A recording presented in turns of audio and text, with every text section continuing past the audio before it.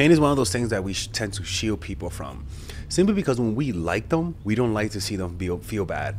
When we like them, we don't like to disappoint them, right? And so we shield them from the natural things in life. And that type of shielding actually makes the relationship between you and that person weaker. Pain is a natural part of life. One day you're gonna make plans with the person, and because of that, now you gotta work and you gotta cancel last minute. Some people will not cancel last minute. Some people don't want to hurt the person, and because of that, they go throughout a whole relationship where they're completely pleasing the person, making them completely comfortable, and then they ask themselves, why is it that they don't love me? Why is it that they take me for granted? It's because you're shielding them. People need to feel some pain associated to you in order to realize that you're the one. Why is that? Well, pain is similar to the sensation of death, right? Anything that creates pain has a death-like effect on us, because death is the ultimate pain. And so from that fear of death arises every other tinier form of pain. And the fear of losing you creates that similar sensation that snaps us out of complacency and a sense that you're always going to be there. The fear of losing you creates a sense of urgency and intensity, much like being on death grounds. When people feel that everything is at stake, they reevaluate their priorities with more emotional salience. In other words, when you inflict pain because they're not being consistent, or because they are being cold with you, or because you seem like you sense that they're not prioritizing you, that creates a sense of fear. If they actually love you, what will happen is they're not going to get defensive. They're going to feel a fear of losing you, and it'll create a sensation that death has on us, and that's this. By the way, quick little announcement: at the end of the video, I'm going to be giving you guys an offer that you can't refuse, which is to purchase all of my courses and join in the Mindful Attraction University, all in one discounted price, people. I have the Mindful Attraction University, where I sell all of my courses: Psychological Grammar of Attraction, Nice Girl, Natural Chemistry, Charisma Blueprint, The Feminine Woman, and Emotional Mastery. I can't believe I even remembered. So yeah, at the end of the video, I'm going to explain what type of offer that is, and I'll see you guys inside. Let's continue. Knowing that you might lose something in your life or this person forces you to confront your complacency. It just forces you to do that. They can't afford to be lazy or unfocused when they sense you pulling away. And you pulling away, like I said, means confronting them, inflicting pain, creating a sense of jealousy if you want to go Bronx mode, right? And creating a sense of competition, letting them know that there's other people of the opposite sex in your life that is present. All of those things are natural parts of life. All of those things are things that if you're a healthy person, you're going to have friends of the opposite sex. You're going to do things that doesn't involve them.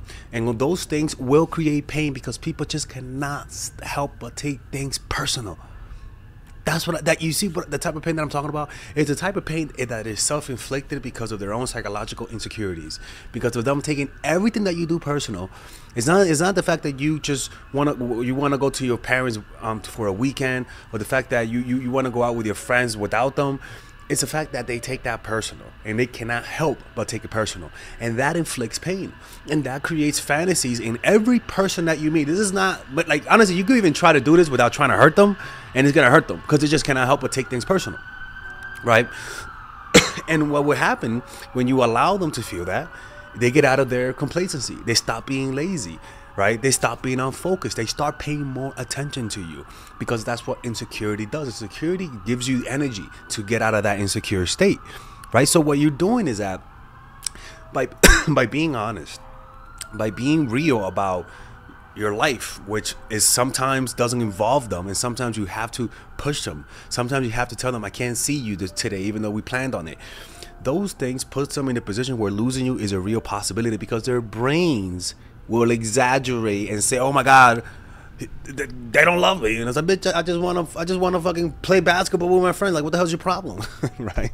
Actually, I'm a dumper after that.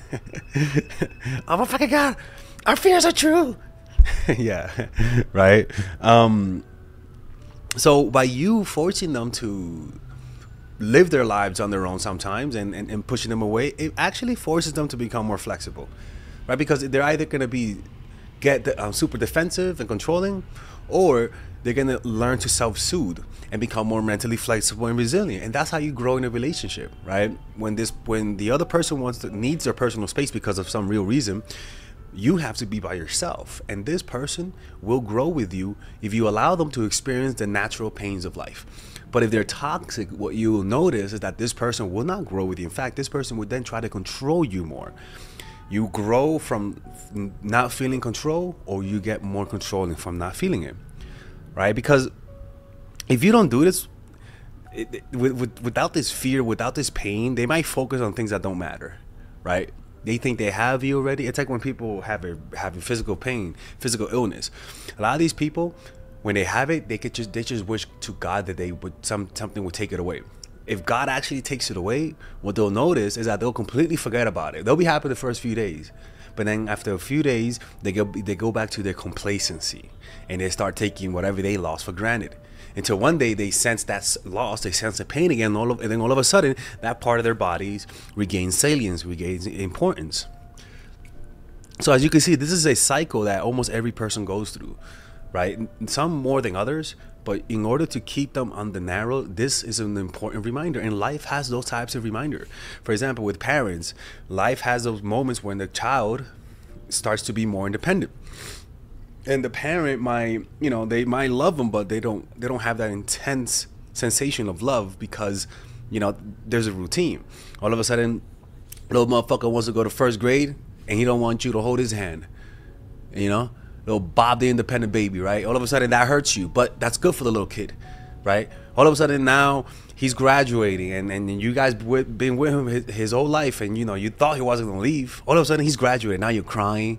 Now you're holding on to your pearls, and that sense, that feeling you have felt for them intensifies in that moment, right? Now they're independent, and now you as a person has to grow because they're not there, and that actually helps you grow. That's actually really good for you, right? And now they come back for vacation, and now the sensation of them being there is even more intense. As you can see, the happy moments at family experiences usually is after separation or after some pain. And this is why I'm trying to tell you is that imagine if you're the son and you're the dad and you're the mom, and the son doesn't leave you because he doesn't want to hurt you, right? Like that what's funny is that eventually, if they stay long enough, you're gonna end up hating the little motherfucker. You're gonna end up hating them because they're overstaying their welcome too much. That does happen, but that's what we're doing. We sometimes overstay our welcome with people psychologically because we just shield them from the inevitable pains of life. But what we're doing here is that we're just allowing them to experience it. We're being more honest, and we're letting them experience pain. Hey, motherfucker, I'm going camping with my friends. It's my friend's birthday camping. You can't come. But why? Because they're my friends. Goddamn, right? As long as I don't have a history of cheating on you and lying to you, this psychological death ground will cause this person to start seeing what really matters. And if they take me for granted, this will wake them up, right? Because fear of losing helps them better appreciate and handle your uniqueness and your quirks, right? They learn not to take conflict personally. Instead, appreciate the qualities that make you, fostering deeper love and understanding. Given this fear helps them better handle, the fear of losing, similar to when they fear losing you, they become more open and caring, realizing the true value of the connection. You give the strongest hug when you as a kid have to leave your parent. When you have the kid as a kid, you're forcing them to grow. You're forcing them to get out of that stage of being a parent and now let go of their identity, and you're gonna be that parent who doesn't live with their kids. And a kid who doesn't let their parents go through that is shielding them, making them more controlling, and eventually that parent is gonna get sick and tired of you even though they wanted you there. You see what I'm saying? There's a limit. People need some space from you. People need the natural conflict. That's why humans fight. Humans don't fight because we are crazy, but we also fight because the reconciliation is also what brings us together. It's like a Super Saiyan. Super Saiyans, they get stronger when they get beat up and they recover. Relationships are like Super Saiyans. They get stronger from conflict and then reconciliation from conflict. Facing the possibility of losing you helps them discern what truly matters and what doesn't. Maybe they're valuing their time with work more. Maybe they're valuing their video games. And the reason why they value that is because they sense that you're always going to be there. So why do any maintenance?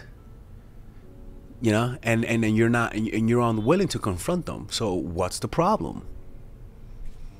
There's no sense of urgency.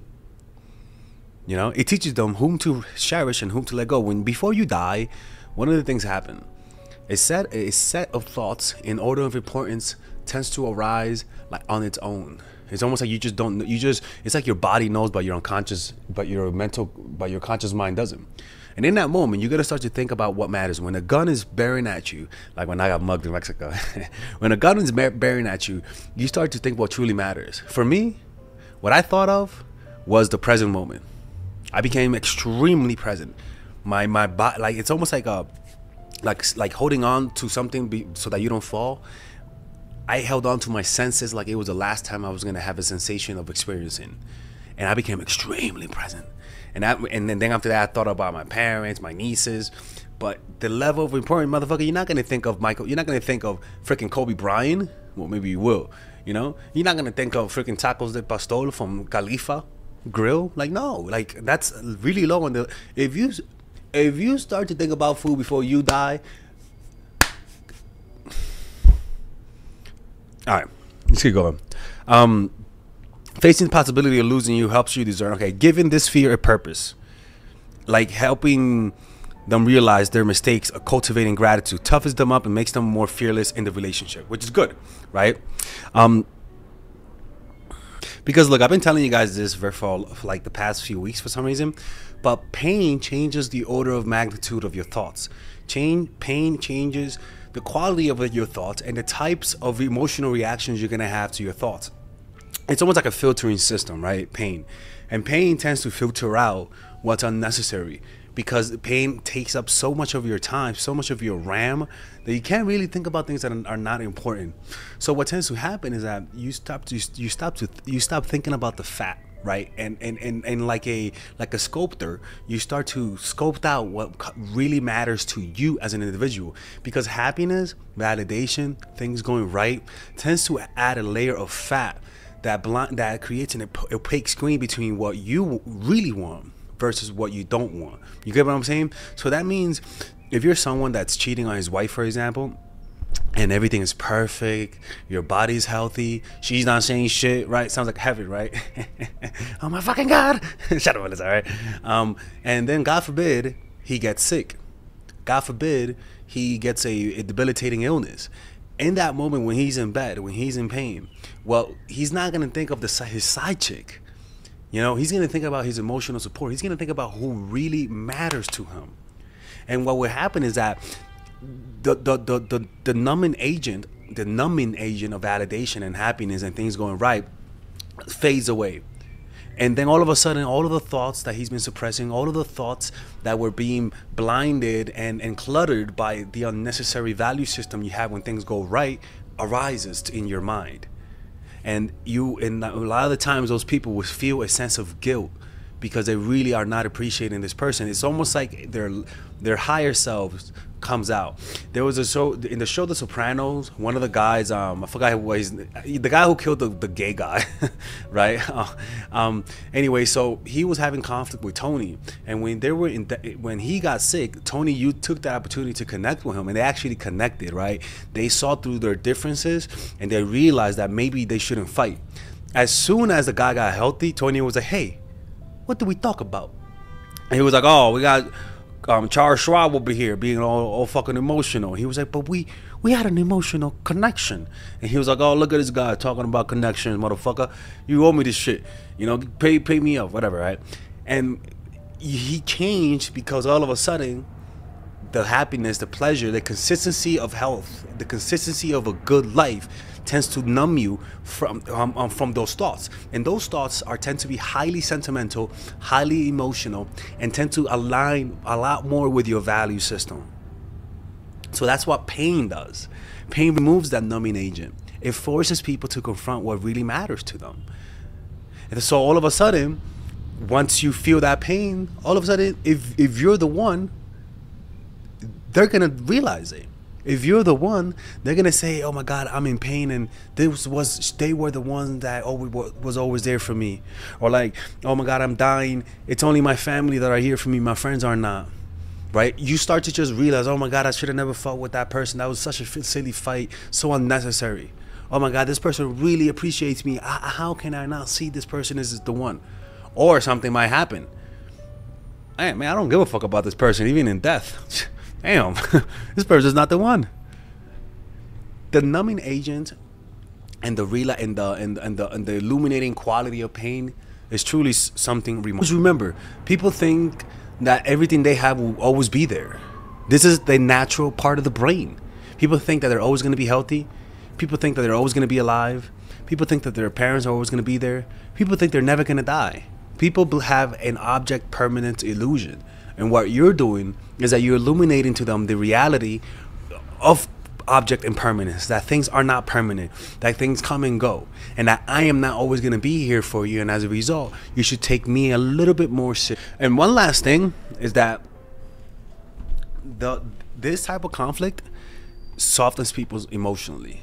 If they get more emotional, they start to give more, they start to do more, they pay more attention, and most importantly, they start to react to you with more intensity, right? Because you have salience, you have the ability to hurt them, and as a result, they have to intensify their focus to avoid this scenario that they're seeing in their minds, right?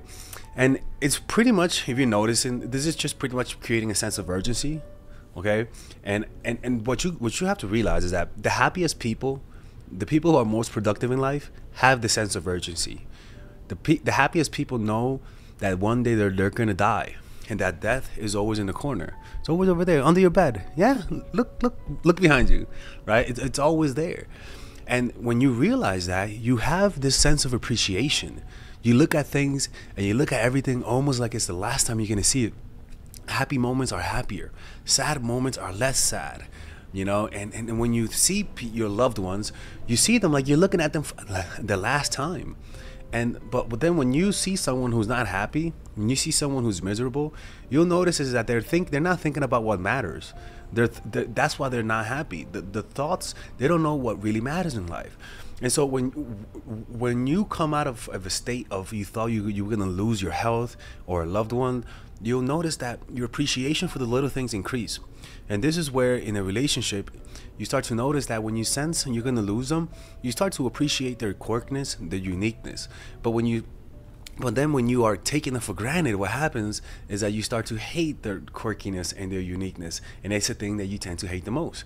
It's like when you lose a dog, the things that you hated, them breaking this, breaking that. What's funny is that that's the one thing that your brain will recall when you think of them, you know? And then so it's kind of like one of the signs that somebody is taking you for granted, but they kind of secretly love you, is that they just don't like you.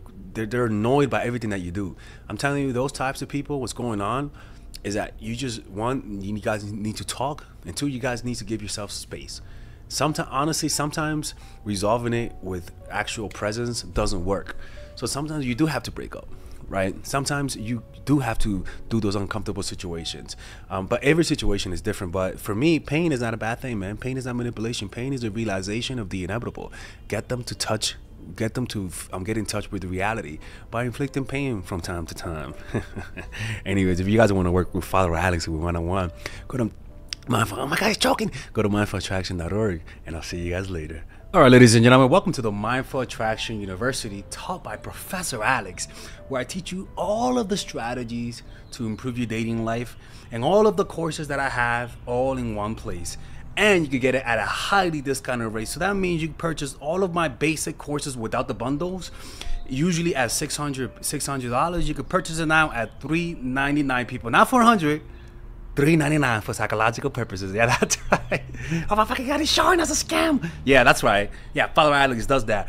So that means you could get emotional mastery, the psychological game of attraction, the feminine woman, natural chemistry, charisma blueprint, and nice girl at a discounted rate. But then, if you want to get the master's degree of the Mindful Attraction University, taught by Professor Alex, you can get the premium version, where usually all of the courses cost $1,200. Now you can purchase them all at $799 or 4 payments of $200. You guys can now also do like a payment plan. Feminine Woman, Emotional Mastery, the whole shebang with all of the bonuses at one lower price, people. And with that, honestly, this is the type of thing that I know that if you guys get, it'll fix your dating life in ways you guys cannot imagine. Now, my worry is that it is a lot of content. Like it is, and I'm not a fan of giving people a lot of content because I don't want informational junkies. But this is the best way to get it all in one price. Now, look, mind you, if you purchase the bundle, I'm just gonna be honest, there's no refunds. Purchasing the whole bundles. If you guys think you guys are not gonna like it, I would prefer if you guys buy one course to see if you like it, and if you don't like that course, you could get your money back and don't purchase the bundle, right? But if you like that course, you guys can send me an email and say, hey, can I upgrade to the bundle? Pay the difference, and there you guys will get it. But it's just that, look, man, you guys know my content. If you like one course, you like it all, right? So that's the only caveat. But I know damn well, if you purchase it, your dating life will never be the same. Okay. Now, for those who purchase the courses but want to add to the bundle, you guys can message me and maybe we could come up with a price so that you guys can get it while being able to not have to pay all the crazy prices. Okay.